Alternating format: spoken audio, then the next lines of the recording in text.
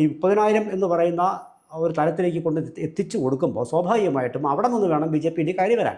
ഇവിടെ ഒരു ത്രികോണ മത്സരത്തിൻ്റെ സാധ്യത ഉണ്ടോ എന്ന് വെച്ചാൽ അങ്ങനെ ഇല്ല എന്ന് എനിക്ക് പറയാൻ കഴിയുള്ളൂ. കാരണം ഈ 30,000 നിന്നും വർദ്ധിപ്പിച്ച് ഒരു നെക്ക് നെക്കായാൽ അത് നല്ലൊരു ത്രികോണ മത്സരം. പക്ഷേ അവിടെ അങ്ങനെയല്ല സംഭവിച്ചിരിക്കുന്നത്. ഇവിടെ ഈ ഒരു 14,000 വോട്ട് എപ്പോഴും എക്സസ് അവിടെ ഉണ്ടായിരുന്നു. അപ്പോൾ ആ സാഹചര്യത്തിലാണ്. പക്ഷേ ഇതിനകത്ത് ലോക്കൽ ബോഡി ലോക്കൽ ബോഡിക്ക് മുമ്പേ ഒരു കാര്യം ചോദിക്കാനുണ്ട് സാർ. ലോക്സഭാ തെരഞ്ഞെടുപ്പിൽ ഈ ചിത്രം എങ്ങനെയാണ്? കാരണം ലോക്സഭാ തെരഞ്ഞെടുപ്പിൻ്റെ കണക്കുകൾ നോക്കുമ്പോൾ 2024 കണക്കെടുക്കുമ്പോൾ ബാക്കി അതിന് മുമ്പുള്ള കണക്കെടുക്കേണ്ട കാര്യമില്ലാത്തതുകൊണ്ടാണ് എടുക്കാത്തത്.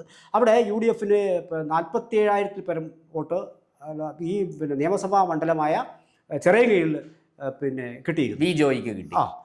LDF 44,000-ലധികം വോട്ട്. അല്ല, UDF 47,000. LDF 44+ ആണ് ഉണ്ടായിരുന്നത്.